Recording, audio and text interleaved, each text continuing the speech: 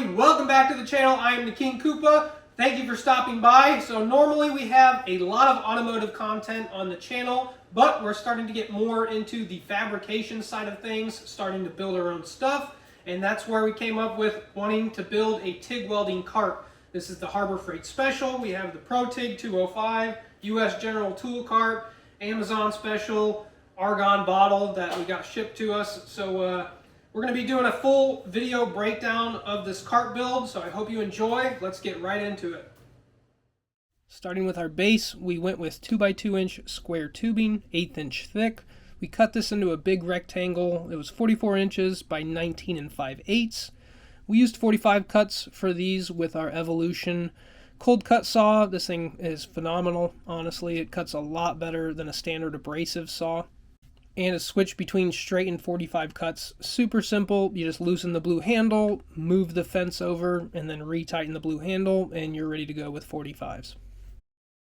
The riser that the TIG welder is going to sit on is 11.5 inches tall. That's to bring the welder up a little bit higher so I don't have to bend down so far. This was our very first project with our new fixture welding table, so I got a little happy with the fixtures there. Went a little bit overkill. Here you can see me welding in some additional tubes. That's going to go underneath the tank and help support that. And I did do an additional support right in the middle at the bottom where the shelf is going to go, in case you decide to put anything heavy there. This little project is starting to take shape. We got the Argon bottle up there. We do have some additional supports underneath the tank. And I think I'm going to put a piece of sheet metal across the top of that. We got our bottom drawer in there, and we did run that internal support underneath here on the frame to help strengthen that. ProTig is on there. We got enough space on both sides to kind of clear everything. Nice little gap right here. Then we'll have our little cart push-pull handle up top. I think this thing is starting to look good. So let's try to figure out how we are going to mount our bottle. We have some type of strap design that I want to do. I don't want to do chains, so I think I'm going to use some type of ratchet strap right here. Have this thing mounted off the side, maybe even 2 straps, so just in case whenever I get to a bigger shop and stuff, I don't have that tank bouncing around or whatever. So, and then I think we're going to use some of these TIG rod holders. I could probably fit, 2 in here comfortably, maybe even 3. So let's get to our CAD, cardboard aided design, see if we can whip something up. So I made my cardboard template and then jumped straight into Fusion 360. We have our top bracket right here designed up. It's a lot of confusion with a lot of dimensions and lines, but right here you have the 3 holes for the TIG rod holders. You have this big open portion over here. That's going to be where the bottle sits. And you have a hole here and a hole over here for the ratchet strap to sit in. This is what it will look like when the top piece is extruded. Then you have the middle piece here with a couple bolt holes that will bolt it to the cart, and we have a little cutout here that the bottom bracket is going to sit into. And the third and final piece, which is the lower bracket that is going to help secure the tank to it, and the bottom bolt portion for the ratchet straps.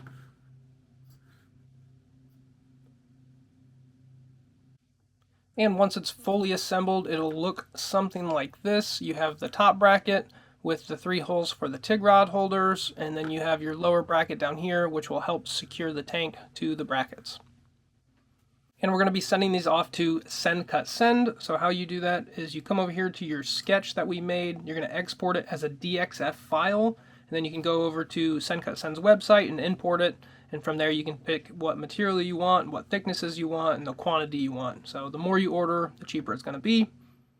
We received our parts from Send Cut Send, and these things, as always, turn out really nice. So our top piece, middle piece, and our bottom piece, it'll assemble somewhat like that. So let's get this thing welded up. So this is my Alibaba welding table from China. I got another video on this. This thing is phenomenal, 1-inch thick cast iron. But anyway, some people say a welding fixture is a waste of time.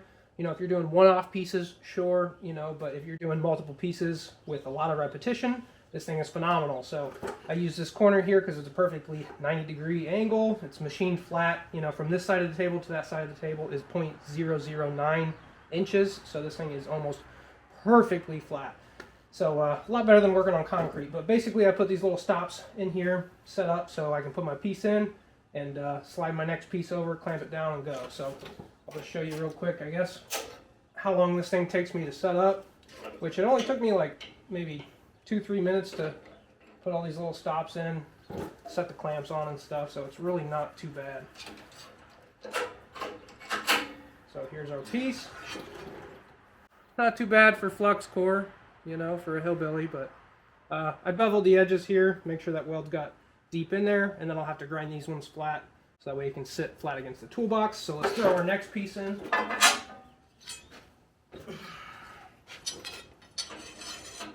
Set it flat on the bump stops, shove it over against this stop.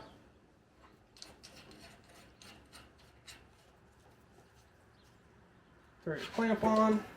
And then if you let this cool after you weld it, it helps a lot for heat distortion when it dries.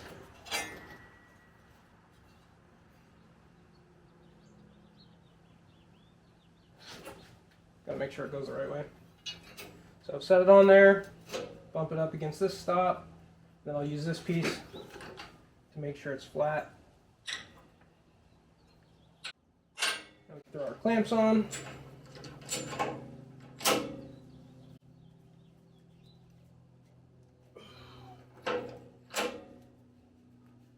There we go, ready to weld. We got our top and lower mounts fully welded up and all cleaned up. They both are identical. Ground our welds smooth on both edges where it's going to mate up against the toolbox. So not too bad. Did 5 stitch welds on the large side, 3 on the small side. Don't come at me for these welds, it's flux core. I'm going to probably have to put the toolbox on top first before we actually truly figure out where these things are going to bolt to the toolbox. So it should turn out pretty good. Let's move on to the tie downs. So I always like to overbuild my tools or think about the future. So at some point I need to put this on a trailer or on a truck. I want to be able to tie it down. I mean, yeah, you could just run a ratchet strap right across this frame, but on the other side you won't be able to because the US General tool cart is going to be in the way. So I designed up these little rings on AutoCAD. I also use these on my electric over hydraulic tube bending cart, and I really like them because I have them stick out past everything, so if I ever shove it into the wall or in the corner, it actually hits these things first. And I think that's a big deal, especially when you have your gauges on your Argon bottle. You don't want that thing to hit anything, damage the gauges or lines or whatever. So these things are kind of cheap. They're like $3 maybe each. The only thing I don't like about them is you can't fit a ratchet strap through the hole, so if you wanted to just run one strap across through the loops and to the other side. So I could have made them a little bigger, but it would have been a little bit more money.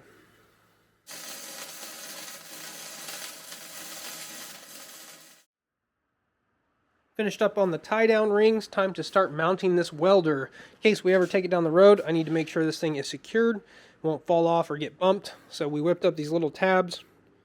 Not too bad. We're going to use these little body bolts here on the sides of the Tig welder. So we'll weld those on. And then these are M5 by .80 bolts. So we picked up some longer ones from Bolt Depot. Phenomenal website for ordering little stainless steel bolts and stuff. I jumped ahead just a little bit on the filming. We got the brackets painted and the frame is also painted. These things turned out pretty nice. Just 2 cans of black spray paint. Probably could have done a third one, but we were limited on the temperature. So temps went up to like 56 degrees, and now today it's snowing outside back down to 15. So Indiana is a wonderful state. So I didn't film that part. I was a little bit limited on time, but you guys really didn't miss much. Got all 4 of our casters mounted. Now we got us a little mobile cart. Yeah, look at that, baby.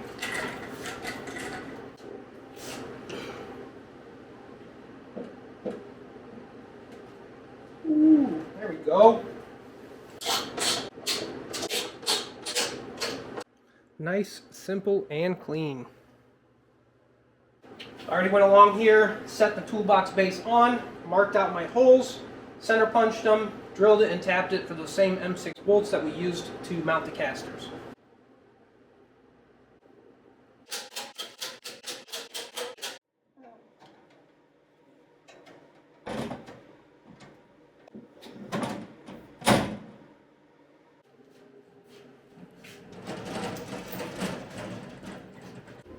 Time to mount our bottle brackets. I don't think I'm going to stick this top one up very high, just because I don't want the top of these to stick up super far past the top of the box.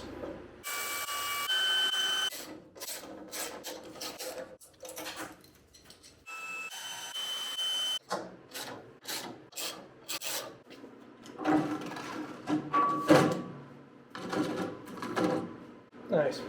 Now for us to secure the bottle. So I opted to use ratchet straps as opposed to chains. Nothing's really wrong with chains. I have them on my torches here, but you just barely wiggle this thing, you know, or try to move that cart anywhere. Those bottles are wiggling a lot. These have a little bolt here holding this side of the strap on, so we're going to pull that off. And these are some M8 bolts that are 80 millimeters long.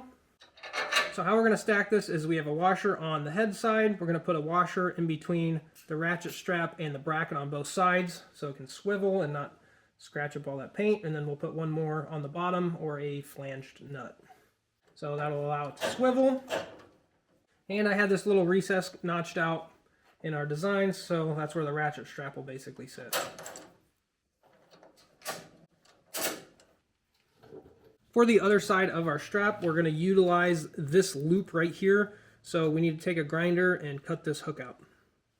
For our other side, we're just going to utilize the washer and one on the bottom. Boom, just like that. Now we'll set our tank in here, ratchet strap it, get a couple inches of slack on there, and then afterwards we'll trim it and hit it with the lighter. Remember, you want a longer bolt here so that you have a big collar to protect the strap. If you have the strap set on all these threads over time, those threads are going to cut into the strap and cut it. Picked this up from the metal supermarket, gave them my dimensions, they cut it out for me. It was about 32 bucks for this whole piece, and I went through a lot of drill bits just trying to drill these 4 holes. Slow and a lot of machine lube, and it still went through a lot of drill bits. So we got our holes drilled down here and tapped them for an M6. And of course we got some stainless steel bolts and washers to finish this panel off.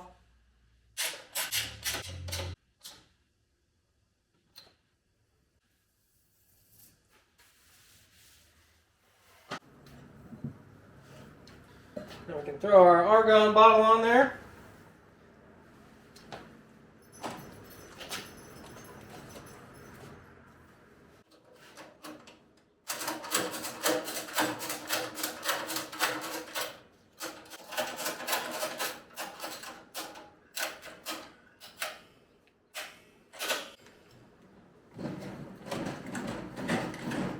That ain't going nowhere.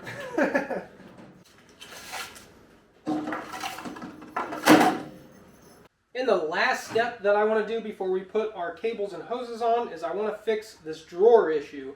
So you have these little tabs in the back, so when you close this, it shoves those tabs down and catches on these little hooks right here on the back of the drawers and keeps your drawers from opening. So if you're in a workplace with a lot of people and you got to lock your stuff up, I would just keep this on. But if you're like me, I'm at home, I want to be able to open these drawers and don't have to open this top chest every single time. So take this out, cut these little tabs off, sanded it down to make it smooth, put a little paint on there just to help prevent rust. And now I can open and close all these drawers without having to open this top chest every single time. So let's talk about some finishing touches for this TIG welding cart. The US General Toolbox does come with that extra orange shelf. Not sure really what we're going to use it for just yet, but we did mount it down below the TIG welder. Nice little spot for it. I'm not sure how I'm going to route all the torch and foot pedal cables just yet, so I threw them down below.